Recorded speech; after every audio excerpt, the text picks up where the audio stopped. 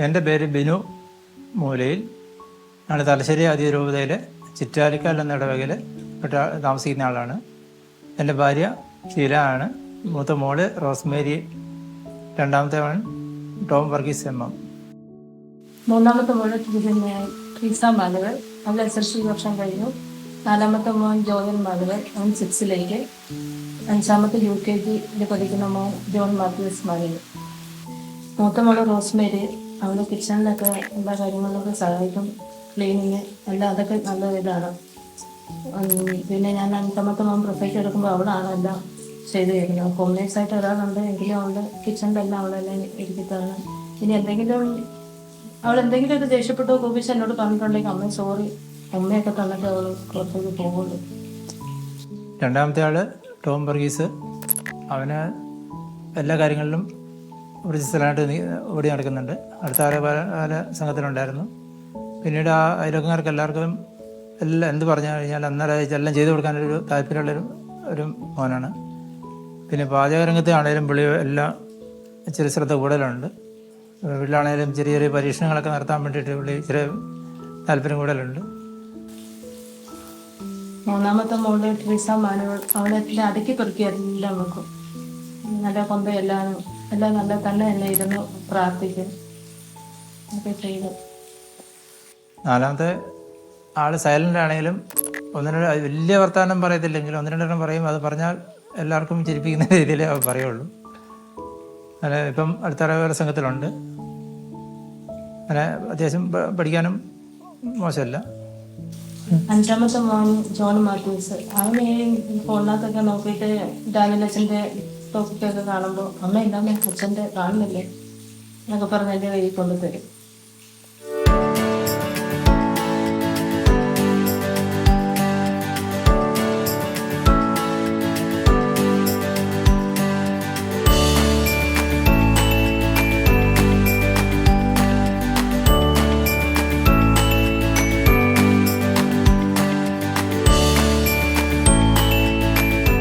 മക്കളെ, നമ്മൾ ദൈവത്തിന് വചനത്തിനനുസരിച്ച് ജീവിക്കുക എന്നുള്ളതാണ് നമ്മുടെ ഒരു ലക്ഷ്യം.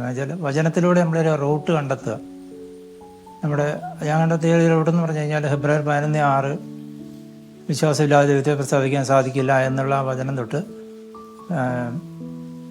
സുഭാഷിതം 10:22, പിന്നെ കടന്നു വരുമ്പോഴത്തേനും അങ്ങനെ ഓരോ വചനങ്ങളിലൂടെ നമ്മൾ പോയി കഴിഞ്ഞാൽ നമ്മളതിനകത്ത് വേറെ ടെൻഷൻ അടിക്കാനോ അല്ലെങ്കിൽ നമ്മളേതായിട്ടുള്ള റൂട്ട് കണ്ടെത്താനോ നോക്കി കഴിഞ്ഞാൽ പരാജയപ്പെടുത്തേ ഉള്ളൂ.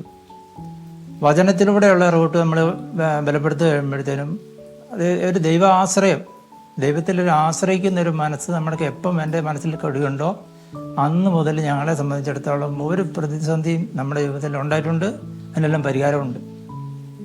നമ്മുടേതായിട്ടുള്ളൊരു ബലം അവിടെ പിടിക്കേണ്ട ആവശ്യം വരുന്നില്ല. കാരണം ഈ ഭവനടക്കം എനിക്ക് ഭവനമില്ലായിരുന്നു. ഭവനം വേണമെന്ന് വാടകയ്ക്കായിരുന്നു. 2.25 കൊല്ലം വാടകയ്ക്ക് കിടന്നു. ഇവിടെ സ്ഥലം മേടിച്ചു. അതിനുശേഷം എനിക്ക് എൻ്റെ ആശ്രയത്വം എന്ന് വന്നോ അന്ന് തൊട്ട് എനിക്ക് 4 സൈഡിലും എന്നെ ബലപ്പെടുത്താൻ, എന്നെ കൊണ്ടു നടക്കാനും ദൈവം ഒരുക്കി നിർത്തിയിരിക്കുക. ഒരു നിസ്സാര ഒരു വായ്പ വേണമെന്ന്, ഒരു ഷെഡ് പണിയാൻ വേണ്ടി ഒരു വായ്പ വേണമെന്ന് മാത്രം പറഞ്ഞതേ ഉള്ളൂ. അങ്ങനെ അയാൾ മുഖാന്തരം ഈ വീടുണ്ടായി. നമ്മളും കൂടി എല്ലാവരും കൂടി ഒരു വീടുണ്ടായി. പിന്നീട് വരുന്ന എല്ലാ കാര്യങ്ങളിലും എൻ്റെ മോൻ ഈ വീടിൻ്റെ മുകളിൽ നിന്ന് വീണ് കാല് പൊട്ടി, തുടയിൽ പൊട്ടി. എൻ്റെ SLC ബാച്ചുകാർ അങ്ങനെ വേണ്ട ദൈവം എല്ലാവരും ഇവിടെ എല്ലാം ക്രമപ്പെടുത്തി. ഞാൻ കണ്ണൂർ ആശുപത്രിയിലുണ്ടായിരുന്നപ്പോൾ അവിടുന്ന് കണ്ണൂരിലൊരു ടൈൽസ് കടക്കാരൻ വരെ എന്നെ സഹായിക്കാൻ അവിടെ ആളെ വിട്ടു. അപ്പം എനിക്ക് അതിനെപ്പറ്റി ദൈവത്തിൽ ആശ്രയിക്കുന്ന എന്ന് തൊട്ടോ അന്ന് തൊട്ട് ഒരു കംപ്ലൈൻറ്റ്, അതായത് നമ്മൾ അതിൻ്റെ മാനുഷികമായിട്ട് ശക്തിയെക്കുറിച്ചോ അല്ലെങ്കിൽ മനുഷ്യൻ്റെ ബുദ്ധിയെക്കുറിച്ചോ നമ്മൾ ചിന്തിക്കേണ്ട ആവശ്യം വരുന്നില്ല. നമ്മൾ ദൈവത്തിൽ ആശ്രയിക്കുന്ന എന്ന് തൊട്ട് തുടങ്ങി അന്ന് തൊട്ട് എന്നെ സംബന്ധിച്ചിടത്തോളം അല്ലെങ്കിൽ ഞങ്ങളെ സംബന്ധിച്ചിടത്തോളം ജീവിതത്തിലൊരു പരാജയമല്ല എന്നുള്ള സംഭവം നമുക്ക് നേരിട്ടില്ല. അതെല്ലാം ഏത് കാര്യത്തിനാണേലും എനിക്ക് ഇന്നത് വേണമെന്നുള്ള നിലവിളിച്ച് അങ്ങനെ ഒരു പ്രാർത്ഥിക്കേണ്ട ആവശ്യം പോലും വന്നിട്ടില്ല. നമ്മൾ ഓൾറെഡി ദൈവത്തിൽ കീഴ്പ്പെട്ട് നമ്മളെല്ലാം മനസ്സിലാക്കി നമ്മൾ ദൈവത്തിൽ നിന്നല്ലാതെ വേറെ രക്ഷയില്ല എന്നുള്ളൊരു ഉത്തമ ബോധ്യം നമ്മുടെ മനസ്സിൽ അടിയുറച്ച് ഉള്ള അവസ്ഥയിൽ ദൈവം നമ്മളെ കാണുന്നുള്ളതാണ് എനിക്ക് എല്ലാവരോടും പറയാനുള്ളത്. 5 മക്കൾ വേണമെന്നൊന്നും നേരത്തെ ഒന്നും ആഗ്രഹമില്ലായിരുന്നു. ജീവിതകാലത്തേക്ക് ആഗ്രഹമൊക്കെ ഉണ്ടായിരുന്നു. പക്ഷെ ഞാൻ സാമ്പത്തിക കാര്യങ്ങളൊക്കെ ഓർത്തിട്ട് നമ്മളത് വേണ്ടാന്ന് വെച്ചു. പക്ഷെ മൂന്നാമത്തെ ആയ അബോർഷൻ ആയിപ്പോയി, മൂന്നാമത്തെ കുഞ്ഞ്. പക്ഷെ ആ ഡേറ്റിൽ തന്നെ അടുത്ത വർഷം അതേ മാസത്തിൽ തന്നെ ദൈവം കുഞ്ഞിനെ തന്നെ അതാണ് ട്രീസാമാനത്. അങ്ങനെ പിന്നെ അതുകൊണ്ട് മനസ്സുകൊണ്ട് ഞങ്ങൾ പിന്നെയും വേണ്ടാന്ന് വെച്ചു കുഞ്ഞിനെ. പക്ഷെ ഞങ്ങൾ ആ സമയത്ത് ധ്യാന കേന്ദ്രത്തിൽ പോയപ്പോൾ അവിടെ കൗൺസിലിങ് പറഞ്ഞു, നിങ്ങൾക്ക് 4ാമത് ഒരു ആൺകുഞ്ഞിനെ കാണിക്കുന്നുണ്ട്, ഒരു സമ്മാനം കാണിക്കുന്നുണ്ട് എന്ന് പറഞ്ഞു. പിന്നെ ഒരു 1-2 വർഷം കഴിഞ്ഞപ്പോൾ അതിന് ലഭ്യമായിരുന്നു. പിന്നെ 5ാമത്തത് ഇങ്ങനെ തന്നെയായിരുന്നു. പിന്നെ മൂന്നാമത്തെ മോക്ക് അവൾക്ക് ശരീരമായിട്ട് അസ്വസ്ഥതകളൊക്കെ വന്നു, പല ആശുപത്രിയിലൊക്കെ കാണിച്ചു.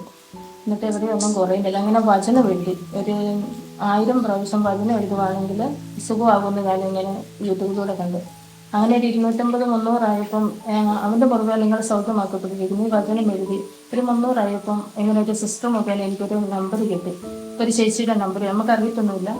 ആ ചേച്ചിയെ വിളിച്ചപ്പോൾ ആ ചേച്ചിയെ ഫോൺ ചെയ്ത് ഉടനെ എന്നോട് പറഞ്ഞു, നിങ്ങൾക്ക് 4 മക്കളുണ്ടല്ലോ, 5ാമത് ഒരു ആൺകുഞ്ഞിനെയും കൂടെ പരിശുദ്ധാത്മാവ് കാണിക്കുന്നുണ്ടെന്ന് പറഞ്ഞു. പിന്നെ കുഞ്ഞിന് കുഴപ്പമൊന്നുമില്ല, ഒരു 9 വിശ്വാസ പ്രമാണം ചൊല്ലി കാഴ്ചവെച്ചാൽ മതി, കുഞ്ഞ് സുഖപ്പെട്ടോളൂ എന്ന് പറഞ്ഞു. അവിടെ ഭയങ്കര ഒരു അത്ഭുതമായിരുന്നു ആ വീട്ടിൽ സംഭവിച്ചത്. കുഞ്ഞ് അന്ന് വൈകിട്ട് തന്നെ നമുക്കൊന്നും എഴുതാനൊന്നും പറ്റത്തില്ലായിരുന്നു, സ്കൂളിലും പോകത്തില്ലായിരുന്നു, കൈക്കും കാലിനെല്ലാം വേദന, കാരണം ഒന്നും അറിയത്തില്ല. എല്ലായിടത്തും മെഡിക്കൽ ചെക്കപ്പുകളെല്ലാം ചെയ്ത് കുഴപ്പമൊന്നുമില്ല എന്ന് പറഞ്ഞു. അങ്ങനെ അവൾ ഓടി ചാടി, അന്ന് ആടുണ്ടായിരുന്നു, അതിൻ്റെ പുറത്തോടെ ചാടി, ആടിനെ പോലെ അവൾ തുള്ളി ചാടി അന്നോട്ട് സുഖപ്പെട്ടു. ഞങ്ങളത് സ്വീകരിച്ചു. 5ാമത് ഒരു 2 വർഷമായപ്പോൾ 5ാമത്തെ കുഞ്ഞിന് ജന്മം കൊടുക്കാൻ പറ്റി. പിന്നെ എല്ലാം കർത്താവിൻ്റെ ദാനമാണ്. മക്കൾ ഇതേപോലൊരു സമ്മാനം, എല്ലാം ദൈവം തരുന്നു, നമ്മളൊരു ഉപകരണം മാത്രം. അപ്പോൾ ഈ മക്കളെ കൂടുതൽ ഉണ്ടെങ്കിൽ സാമ്പത്തികമായിട്ട് ഒരുപാട് സാമ്പത്തികം വേണം, അല്ലെങ്കിൽ നോട്ട് കെട്ട് അടുക്കി വെച്ചിട്ട് മക്കളെ ഉണ്ടാക്കാമെന്നൊക്കെ ശ്രമിച്ചു കഴിഞ്ഞാൽ അത് മിഥ്യാധാരണയാണ്. കാരണം എന്താണെന്ന് വെച്ചാൽ നമുക്ക് ഏറ്റവും അത്യന്തികമായിട്ട് വേണ്ടത് ഈ മക്കളെ പോറ്റുക എന്നുള്ളത് നമ്മുടെ മാനസികമായിട്ട് കഴിവ് മാത്രം പോരാ, ഒരു ദൈവികമായിട്ടുള്ളൊരു ഒരു ബലം നമുക്ക് വേണം. അതായത് അദർശനായ ഒരാൾ നമ്മളെ സഹായിക്കാനുണ്ടെന്ന്. അദർശനം എന്ന് പറഞ്ഞു കഴിഞ്ഞാൽ അതിൻ്റെ ശക്തി എത്രയാണെന്ന് നമുക്ക് മനസ്സിലാകത്തില്ല. അപ്പോൾ നമുക്ക് എത്ര വേണേലും പവർ നമുക്കുണ്ടെന്ന് വിചാരിക്കാം, അതിനനുസരിച്ച് നമുക്ക് ഉൾക്കൊള്ളാം. അതേസമയത്ത് ഒരു മനുഷ്യനാണെങ്കിൽ അവൻ ഇത്രയും ശക്തിയുള്ളതെന്ന് നമുക്ക് മനസ്സിലാവും. അല്ലെങ്കിൽ ഒരു ഡോക്ടർക്കോ ഒരു ശാസ്ത്രജ്ഞനോ ഇത്രയൊക്കെ കഴിവുള്ളൂ, അതിനപ്പുറത്തേക്കാണ് നമ്മുടെ ബലം നമുക്ക് വേണ്ടിയത്. അപ്പോൾ അങ്ങനെ വരുമ്പോൾ നമുക്ക് ഈശ്വര വിശ്വാസം, നമ്മുടെ കർത്താവിലുള്ള വിശ്വാസമാണ് അതിൻ്റെ ഏറ്റവും അടിസ്ഥാനം. അത് വിശ്വാസത്തിൽ എത്രമാത്രം അടിയുറച്ച് നിൽക്കുന്നുവോ അതിനനുസരിച്ച് നമുക്ക് എത്ര മക്കളെ വേണേലും നമുക്ക് വളർത്താൻ സാധിക്കും. 5ാമത്തെ മോൻ ഗർഭിണിയായിരുന്നപ്പം എനിക്കിപ്പോൾ 40 വയസ്സുണ്ടായിരുന്നു. ചെറിയൊരു ടെൻഷൻ ഉണ്ടായിരുന്നു, ഇന്ന് എന്താവും. ആശുപത്രിയിലൊക്കെ പോയി ഡോക്ടറെ എന്തൊക്കെ പറഞ്ഞു, 4ാമത്തെ ആയപ്പോൾ നിർത്തിക്കോണമെന്ന് പറഞ്ഞു. ഞാൻ നിർത്തിയില്ല. അപ്പോൾ അതിൻ്റെ ഉള്ളിൽ പറഞ്ഞു, ഞാൻ വന്നിരിക്കും ജീവൻ തരാൻ, അത് സമൃദ്ധമായി ഉണ്ടാകാനും വേണ്ടി. അതിന് എൻ്റെ ഉള്ളിലേക്ക് ഇങ്ങനെ ഞാൻ അതിൻ്റെ എത്തി പറഞ്ഞു. പിന്നെ ആ ടെൻഷൻ പിന്നെ വന്നിട്ടില്ല, എല്ലാം നോർമലായിരുന്നു. ഒരു പ്രശ്നം ചോറൊന്നുമില്ല.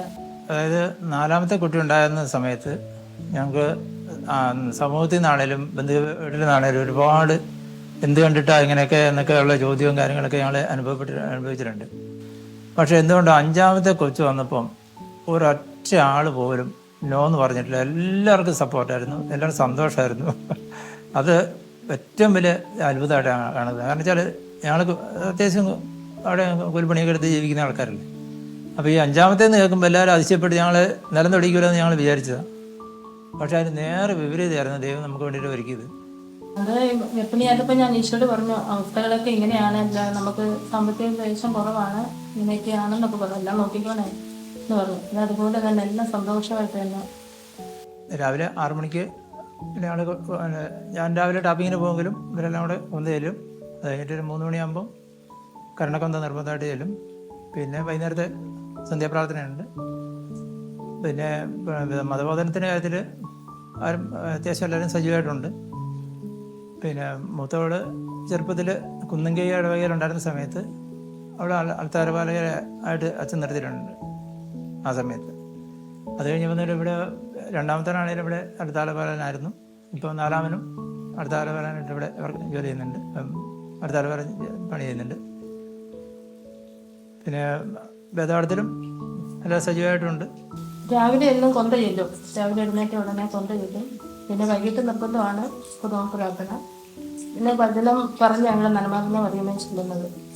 എൻ്റെ ദൈവമേ കർത്താൻ ആരാധിക്കുക, ഞങ്ങളുടെ ഭക്ഷണവും പാനി ആശ്രയിക്കാൻ നന്മാർന്ന മറിയമേ. എല്ലാവർക്കും ഓരോ വചനങ്ങളുണ്ട്, അത് ചെല്ലും. പിന്നെ യാത്രയൊക്കെ പോകുമ്പോൾ ഞങ്ങൾ കൊന്ത ചെല്ലും.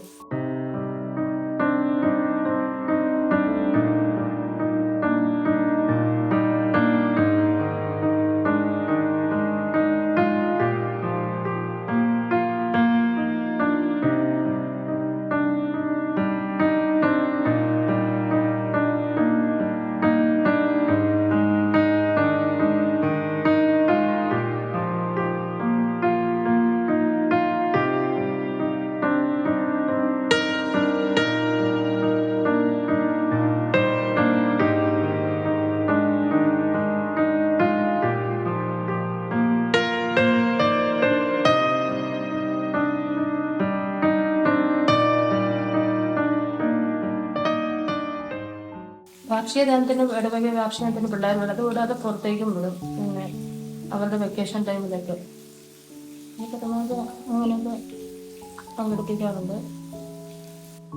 ഞങ്ങൾ കുടുംബപരമായിട്ട് എല്ലാവരും ഒന്നിച്ച് ഇതുവരെ പോകാനുള്ള അവസരം ഉണ്ടായിട്ടില്ല. അപ്പോൾ നേരത്തെ ആദ്യം ഞങ്ങൾ കൊട്ടാരത്ത് പോയിട്ടുണ്ടായിരുന്നു. അവിടെ വെച്ചാൽ നമുക്ക് ആദ്യമായിട്ട് എനിക്ക് കുറച്ച് ആധ്യാത്മികമായിട്ടുള്ള ഗുരുക്കന്മാർ ഒന്ന് രണ്ടുപേരുണ്ട്. പിന്നെ കുഞ്ഞിലെ മുതലേ എനിക്ക് അമ്മയോട് ഭയങ്കര ഭക്തി ചെയ്യാൻ തോന്നിയിട്ടുണ്ട്. എന്ത് കാര്യം എനിക്ക് എന്തെങ്കിലും ആവശ്യം, കുടുംബത്തിൽ എന്തെങ്കിലും ഒരു ആവശ്യം വന്ന ഉടനെ ഞാൻ കൊണ്ടുവരുന്നു. അത് കിട്ടുകയും ചെയ്യും. കുഞ്ഞിലേ ഞാൻ അങ്ങനെയാണ്, ഒറ്റയ്ക്കിരുന്ന് എന്തെങ്കിലും നമ്മുടെ ആവശ്യം വന്നു കഴിയുമ്പോൾ അതങ്ങനെ ചില്ലാതെ എനിക്കൊരു അനുഭവം ഉണ്ട്. കുഞ്ഞില് എല്ലാ കാര്യത്തിനും അമ്മ ഭയങ്കര മധ്യസ്ഥമായിട്ട് ഞങ്ങളുടെ കൂടെയുണ്ട്. അവരെൻ്റെ മോള് ഒരു ടൂർ പോകാൻ വേണ്ടിയിട്ട് പദ്ധതിയും പരിപാടിയിലിട്ടു. അപ്പോൾ എൻ്റെ എല്ലാം സാമ്പത്തികമായിട്ട് ഏകദേശം വരികയില്ലായിരുന്നു. ഇവിടെ അന്നേരം കൊന്ത ചെല്ലുന്നുണ്ടായിരുന്നു. ടൂർ പോകാൻ വേണ്ടിയിട്ട് വ്യക്തിപരമാണേലും കൊന്ത ചെല്ലുന്നുണ്ടായിരുന്നു. ആ കറക്റ്റ് സമയത്ത് എനിക്ക് കൃത്യം അത് 10,000 രൂപ 11,000 രൂപ വേണമായിരുന്നു. 10,000 രൂപ ലോട്ടറി അടിച്ച് കിട്ടി. അന്നേരം അവള് പറയുന്നത് ഞാൻ കൊന്ത ചൊല്ലി പ്രാർത്ഥിച്ചിട്ടുണ്ടായിരുന്നു. അവിടെ കറക്റ്റ് നമുക്ക് പോകാനുള്ള പൈസ അങ്ങനെ നമുക്ക് തന്നിട്ടുണ്ട്. എല്ലാവരുടെ എന്തെങ്കിലും ആവശ്യം അവരോട് പറയാൻ കൊന്തയിരിക്കും മക്കളെ, അവര് അമ്മയാണ് നമുക്കെല്ലാം തരുന്നത്. അപ്പം നമുക്ക് അപ്പയ്ക്ക് കൊടുക്കും. അവരങ്ങനെ കുറേയൊക്കെ ചെയ്യുന്നുണ്ട്.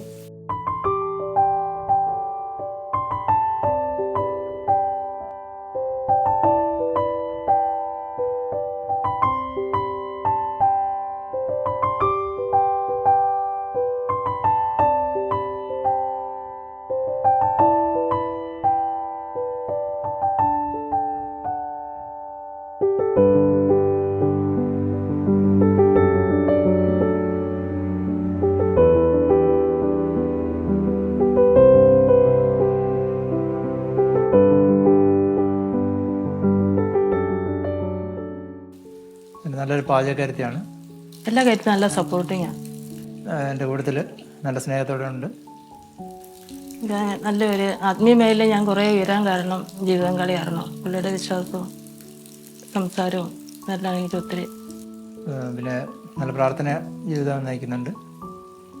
എല്ലാ പ്രാർത്ഥനയിലെല്ലാം മുന്നിട്ട് നിൽക്കുന്ന ഒരു ആളാണ്. പിന്നെ അപ്പനും അമ്മയും ഇല്ലാത്തതിൻ്റെ നമ്മൾ എനിക്ക് അപ്പനും അമ്മയുണ്ട്, പക്ഷെ ജീവിതം കളിക്കില്ല. ആ കുറവുകളൊന്നും വരുത്താതെ തന്നെ നടത്തുന്നുണ്ട് എല്ലാ കാര്യങ്ങളും. മക്കളുടെ കാര്യത്തിലാണേലും എൻ്റെ കാര്യത്തിലാണേലും കുടുംബത്തിലാണേലും എല്ലാം വേണ്ടതെല്ലാം ചെയ്തിരുന്നു. പിന്നെ നല്ല കുട്ടികളോടും ഞങ്ങളോടെല്ലാം നല്ല സ്നേഹമായിട്ട് പെരുമാറുന്നു. രാവിലെ പിള്ളേരെ സ്കൂളിൽ വിടും, അവർക്കുള്ള ഭക്ഷണവും കാര്യങ്ങളെല്ലാം കൊടുത്തു വിടും, പഠിപ്പിച്ച് വിടും. പിന്നെ അത് കഴിഞ്ഞ് കഴിയുമ്പോൾ വീട്ടിലത്തെ പണി, അടുക്കള, പിന്നെ അലക്കൽ, അവർക്ക് ക്ലീനിങ് എല്ലാം ചെയ്ത് പിന്നെ അത് കഴിഞ്ഞ് കഴിയുമ്പോൾ എന്തെങ്കിലും പിന്നെ യൂട്യൂബ് അച്ഛന് ലെസൻ്റെ എന്തെങ്കിലുമൊക്കെ കാണും കുറച്ച് നേരം. പിന്നെ ഇരുന്ന് തയ്ക്കാനുള്ള പിള്ളേരുടെയൊക്കെ കാണും. അതൊക്കെ തയ്ച്ച് പിന്നെ 4 മണിയാകുമ്പോൾ പിള്ളേർ വരും. 4 മണിക്കുള്ള കൊടുക്കും. പിന്നെ ജീവിത പങ്കാളി വരും. അങ്ങനെയൊക്കെ ഓരോ ദിവസം. പിന്നെ രാത്രി സന്ധ്യാപ്രാർത്ഥന കഴിഞ്ഞ് കുറച്ച് നേരം ഇരുന്ന് ചർച്ച ചെയ്യും. ഒരു നേരമെങ്കിലും ഒന്നിച്ചിരുന്ന് ഭക്ഷണം കഴിക്കും ദിവസം. എല്ലാ നേരം കഴിക്കാൻ പറ്റിയില്ലെങ്കിലും ഒരു നേരമെങ്കിലും ഭക്ഷണം കഴിച്ച് എല്ലാവരും. അത് പിള്ളേർക്കൊക്കെ ഭയങ്കര നിർബന്ധം. അപ്പാച്ചി വരട്ടെ എന്ന് പറയും. അമ്മ ഇപ്പോൾ വെള്ളം വേണ്ട, അപ്പാച്ചിയും കൂടെ വരട്ടെന്ന് വരും. പിന്നെ ഒന്നിച്ചിരുന്ന് പരമാവധി ഒന്നിച്ചിരുന്ന് ഭക്ഷണം കഴിച്ച് ഇത് സന്തോഷമായിട്ട് പോകുന്നു. ഞാൻ ഏത് പണിക്ക് പോയെന്ന് പറഞ്ഞാൽ ആദ്യം ഫസ്റ്റിൽ തുടങ്ങുമ്പോൾ വിശ്വാസ പ്രമാണവും ചെല്ലും, ഒരു നന്മറിഞ്ഞ ചെല്ലും, ഒരു ത്രിത്വസ്തുതിയും ചെല്ലും.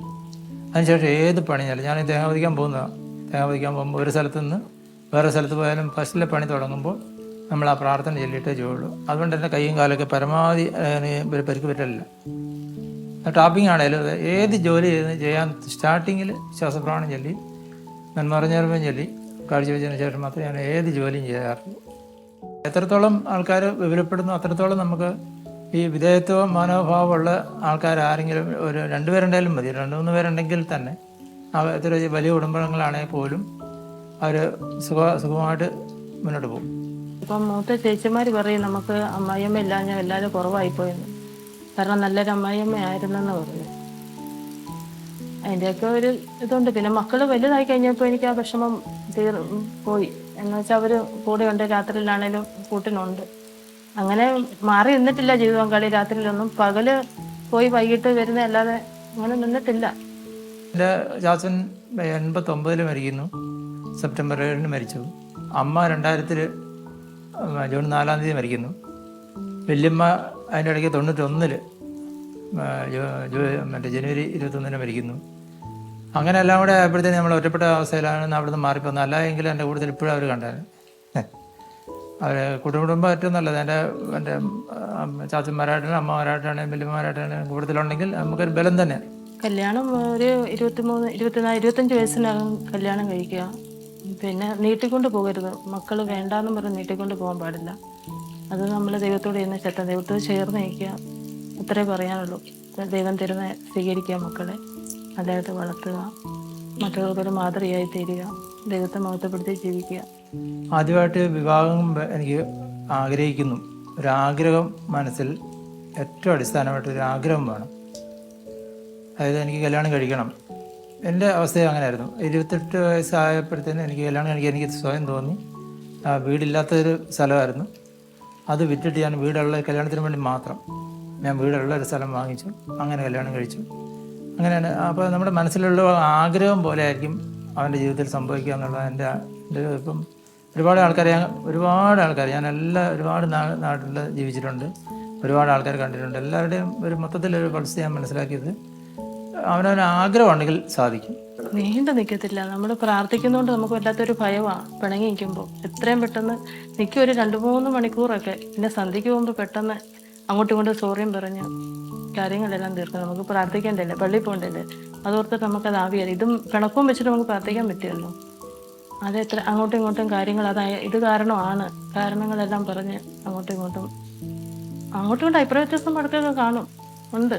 ഇതൊക്കെ നേരെയാക്കി ദൈവം എല്ലാം. അത് ഞങ്ങൾ തമ്മിൽ ഒരു കൂടിപ്പോയാൽ ഒരു മണിക്കൂർ അല്ലെങ്കിൽ 2 മണിക്കൂർ, അതിനപ്പുറം ഞങ്ങൾ പിണങ്ങി അടിക്കാറില്ല. അതിനാവില്ല. ആ കണ്ടീഷനിലാണ് ഞങ്ങളുടെ ജീവിതം മുന്നോട്ട് പോകുന്നത്. അത് പറഞ്ഞൊരു വിധേയത്വം എപ്പോഴും, ഞാൻ നേരത്തെ സൂചിപ്പിച്ച് പറഞ്ഞാൽ ഒരു വിധേയത്വം എപ്പോഴും നമ്മുടെ മനസ്സിൽ വേണം എന്നുള്ള ഒരു അഭിപ്രായമാണ് നമ്മൾ. എങ്കിൽ മാത്രമേ കുടുംബജീവിതം ഭംഗിയായിട്ട് മുന്നോട്ട് പോകത്തുള്ളൂ. അത് അവരല്പം താന്നു കൊടുക്കാനുള്ളൊരു മനസ്സും, പിന്നെ അത് നല്ല രീതിയിൽ കാര്യങ്ങൾ പറഞ്ഞ് മനസ്സിലാക്കാൻ ദൈവത്തിൻ്റെ ഒരു ആശ്രയം ഉണ്ടെങ്കിൽ അതെല്ലാം ഭംഗിയായിട്ട് കിട്ടുമെന്ന് എൻ്റെ വിഷയം. യാത്ര ചെയ്ത് മലയാറ്റൂർ, പിന്നെ മോള് നഴ്സിംഗ് പഠിക്കുന്നതുകൊണ്ട് അങ്ങനെ മൈസൂർ അവിടെയൊക്കെ പോയിട്ടുണ്ട്. യാത്ര ചെയ്യാൻ ഞങ്ങൾക്ക് എല്ലാവർക്കും ഇഷ്ടമാണ്. ഒന്നിച്ച് പോയി ഒന്നിച്ച് വരാൻ ഭയങ്കര ഇഷ്ടമാണ്. പിന്നെ ഞങ്ങൾ വയനാട് കണ്ടിട്ടില്ലായിരുന്നു. വയനാട് ജില്ല ഞങ്ങൾ കണ്ടിട്ടില്ലായിരുന്നു. അപ്പോൾ വയനാട് കാണണമെന്നൊരാഗ്രഹം പുറത്ത് ഞങ്ങൾ ഇരിക്കുമ്പോഴാണ് രണ്ടാമത്തെ ജ്യേഷ്ഠൻ്റെ മൂത്ത മോളുടെ കല്യാണം പാലായി വെച്ച് നടക്കുന്നു, രാമപുരത്ത് വെച്ച് നടക്കുന്നു. അപ്പോൾ ഞങ്ങൾ പറഞ്ഞു, നിങ്ങൾ വിട്ടോ, ഞങ്ങൾ പറയാൻ വന്നേക്കാമെന്ന് പറഞ്ഞു. അവരുടെ അടുത്ത് പോകുന്നില്ല എന്ന് പറഞ്ഞു. അപ്പോൾ എൻ്റെ ഭാര്യയുടെ അമ്മയുടെ അനിയത്തിയുടെ മോനുണ്ട്. അവന് അത്യാവശ്യം ഡ്രൈവറും കാര്യങ്ങളൊക്കെ. അവനവിടെ ഒരു വണ്ടി സംഘടിപ്പിക്കാൻ പറഞ്ഞു. അവനോട് വണ്ടി സംഘടിപ്പിക്കാൻ നേരെ വയനാട്ടിൽ കൂടി നേരെ കോഴിക്കോട് താമരശ്ശേരി ചുരം ഇറങ്ങി നേരെ നാട്ടിൽ പോയി കല്യാണം എല്ലാം കൂടി ഇങ്ങനെ തിരിച്ചു വന്നു. നമ്മുടെ പള്ളിയിലെ പാരിഷ് കൗൺസിൽ അംഗമാണ്, കുടുംബ യൂണിറ്റിലെ സെക്രട്ടറിയാണ്. അങ്ങനെയൊക്കെ പോകുന്നു. രാഷ്ട്രീയമായിട്ട് വലിയ ഇറങ്ങി പ്രവർത്തിക്കാനുള്ളൊരു വിശ്വാസിയാണെങ്കിൽ തന്നെ അവർ നിലനിൽപ്പില്ലാത്തൊരവസ്ഥയിൽ കാണുന്നതുകൊണ്ട് ഞാൻ പിന്നെ ആ രീതിയിലേക്ക് ചിന്തിച്ചിട്ടില്ല. അത് ഏറ്റവും ജീവിതത്തിൽ ഒരു മനുഷ്യൻ നടപ്പിലാക്കേണ്ട ആദ്യത്തെ കാര്യമാണ് ദശാംശം എന്നുള്ളത്. ഞാൻ അത്യാവശ്യം കിട്ടുന്നത് എൻ്റെ കയ്യിൽ പൈസ വന്നാൽ അതിൻ്റെ ഒരു 10% ഞാൻ കൊടുക്കാറുണ്ട്. അത് നിർബന്ധമായിട്ടും കൊടുത്തിരിക്കുക. ഒരു നഷ്ടവും ആരും വിചാരിക്കേണ്ട. അതിന് 4 ഇരട്ടിയായിട്ട് ദൈവം നിങ്ങൾക്ക് തരും എന്നുള്ള വചനം അത് കറക്റ്റാണ്. നിങ്ങൾ അമർത്തി കുലുക്കി നിറച്ച് നിങ്ങൾക്ക് തരും എന്നുള്ളത് അത് അവിടെ എഴുതി വെച്ചിട്ടുണ്ടെങ്കിൽ അത് സത്യം തന്നെ. എൻ്റെ അനുഭവമാണ്. ഏറ്റവും വലുതെന്നു വെച്ചാൽ അതിൽ നമുക്ക് ടെൻഷനില്ല, സന്തോഷമേ ഉള്ളൂ. മക്കളെ കാണുമ്പോൾ നമുക്ക് ഒത്തിരി സന്തോഷം. അവർ ഓരോ ജനിപ്പിച്ച് വരുമ്പോഴും അവരുടെ കുഞ്ഞു പ്രായത്തിലും എല്ലാം നമുക്ക് സന്തോഷം. അതാണ് ഏറ്റവും വലുത്. ടെൻഷനില്ല, ആകുലതയില്ല, എല്ലാം ദൈവം ഏറ്റെടുക്കുന്ന ഒരു ചിന്താഗതി. ദൈവത്തിൽ പൂർണ്ണമായി ആശ്രയിക്കുക. ദൈവം എല്ലാം വേണ്ടതെല്ലാം തരും. നമ്മളായിട്ട് ഒന്നും ടെൻഷൻ അടിക്കണ്ട. ഒന്നിനൊരു കാര്യത്തിന് ടെൻഷൻ അടിച്ചിട്ട് കാര്യമില്ല. എല്ലാം ദൈവം തരും. എപ്പോഴും സന്തോഷമായിട്ടിരിക്കുക.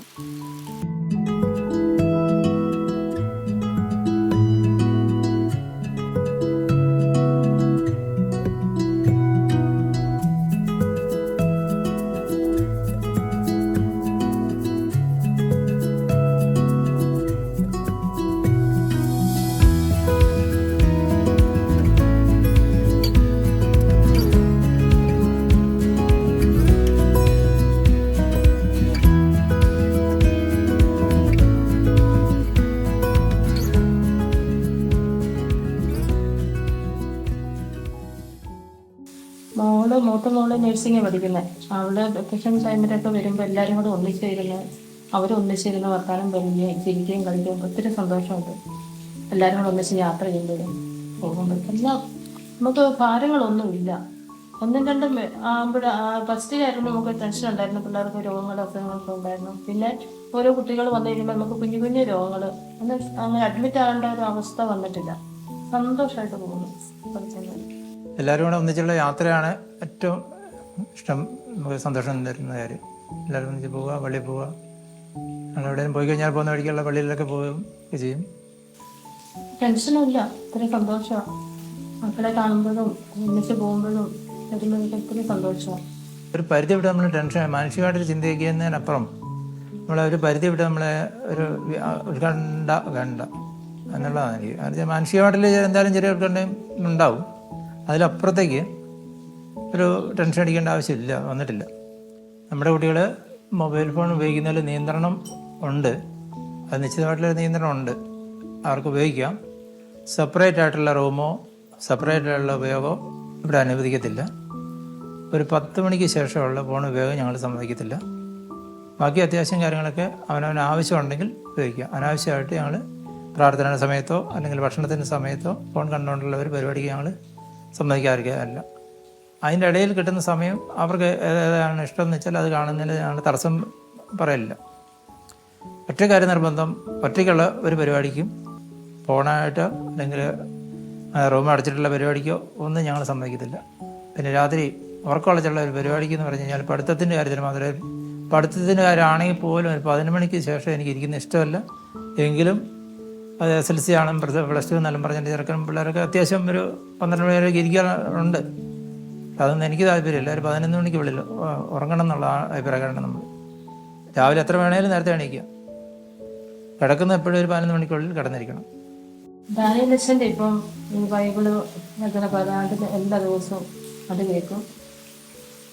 പിന്നെ അധികം ധ്യാന പ്രഭാഷണത്തിൻ്റെ എന്തൊക്കെ അച്ഛന്മാരുടെയൊക്കെ അധികം കാണുന്നത്. ഈ സിനിമ കാണാനൊന്നും വലിയ താല്പര്യമൊന്നും. എല്ലാവരും ഒന്നിച്ചിരുന്ന് ഇതിനകത്തിരുന്ന് എല്ലാവരും കൂടെ ഒന്നിച്ചിരുന്ന് സിനിമ കാണും. പിന്നെ ഫോൺ നോക്കുമ്പോൾ എല്ലാം കാണുന്നത് ഞാൻ ഇപ്പോഴും ശ്രദ്ധിക്കും. എനിക്ക് ഗെയിമൊന്നും കാണുന്നതും കളിക്കുന്നതും വലിയ ഇഷ്ടമില്ല, എല്ലാം നോക്കും. ഞങ്ങൾ കോമഡി പരിപാടി അല്ലെങ്കിൽ മറ്റുള്ള മനസ്സിനൊരു സന്തോഷം അല്ലെങ്കിൽ ചിരിപ്പിക്കുന്ന ഒരു അവസ്ഥ എന്തെങ്കിലും ഉണ്ടെങ്കിൽ അത് കാണും.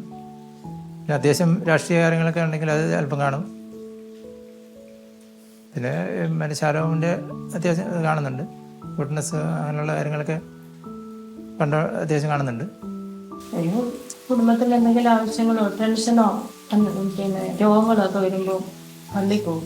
എൻ്റെ ദൈവമായി കത്താൻ ആരാധിക്കാൻ, നിങ്ങളുടെ ഭക്ഷണം വാങ്ങി ആസ്വദിക്കാൻ, നിങ്ങളുടെ രോഗങ്ങൾ നിർമ്മാണം ചെയ്യും. ഈ വചനത്തിൻ്റെ അടിസ്ഥാനത്തിൽ പള്ളി പോകാൻ ദൈവം പ്രേരിപ്പിക്കും. പക്ഷെ സുഖമാവുകയും ചെയ്യും. കുർബാന കൂടി കഴിഞ്ഞ് കഴിയുമ്പോൾ എല്ലാം നേരെയായി വരുന്ന ഒരു അനുഭവം ഉണ്ടായിട്ടുണ്ട്. ദൈവത്തോടുള്ള വിധേയത്വവും മറ്റുള്ളവരുടെ വിധേയത്വം ഉണ്ടെങ്കിൽ മാത്രമേ നമ്മുടെ നിലനിൽപ്പുള്ളൂ എന്നുള്ളത് അവർ മനസ്സിലാക്കിയാൽ നല്ലത്. കാരണം വെച്ചാൽ ഈ വിധേയത്വമില്ല എങ്കിൽ നമ്മളിൽ ഈ ഒരു കാഴ്ചപ്പാട് ഒറ്റ രീതിയിലൊരു പോക്കായിരിക്കും. അതിനെ വിചിന്തനം ചെയ്യാനോ അതിനുള്ള പുനരാലോചന ചെയ്യാനോ ഒന്നും നമ്മൾ സമയം കണ്ടെത്താൻ സാധിക്കാൻ ബുദ്ധിമുട്ടാണ് ഈ വിധേയത്വമില്ല എങ്കിൽ. എൻ്റെ അഭിപ്രായത്തിൽ എല്ലാവർക്കും ഒരു നിശ്ചിത അളവിൽ ഭയം അല്ലെങ്കിൽ ഒരു വിധേയത്വം എങ്കിലും അത്യാവശ്യമുള്ള കാര്യമാണ്. അല്ലെങ്കിൽ നമ്മളത് വിപുലീകരിച്ച് നമ്മളതായിട്ടുള്ള അല്ലാത്തൊരു അവസ്ഥയിലേക്ക് മാറിപ്പോകും. ഒരു വിധേയത്വം ഉണ്ടെങ്കിൽ അവർ പറയുന്നത് നമ്മൾ അല്പമെങ്കിലും നമ്മൾ കേൾക്കാനും അവരിൽ നിന്നുള്ള നന്മകൾ നമ്മൾ സ്വീകരിക്കാനും നമുക്ക് മനസ്സുണ്ടാവും, അല്ലെങ്കിൽ സമയം കിട്ടും. നമുക്ക് മക്കൾക്ക് വേണ്ടിയിട്ട് നമ്മൾ നീട്ടി വെക്കാൻ പാടില്ല. എല്ലാം ദൈവത്തോട് ചേർന്ന് നിൽക്കുക. ദൈവം എല്ലാം തരും. നമ്മളായിട്ടൊന്നും കണക്ക് കൂട്ടിയൊന്നും മുമ്പോട്ട് വെക്കാതെ ദൈവത്തെ പൂർണ്ണ ആശ്രയിക്കുക. എൻ്റെ ജീവിതം അതാണ്. ഞാൻ ആദ്യം ഒത്തിരി ടെൻഷൻ എടുത്തായിരുന്നു. പിന്നെ ഓരോ മക്കൾ വരുന്ന അനുസരിച്ച് ടെൻഷനില്ല. ഈശോ എല്ലാം ഏറ്റെടുക്കുന്ന ഒരവസ്ഥ, കാരണമില്ല.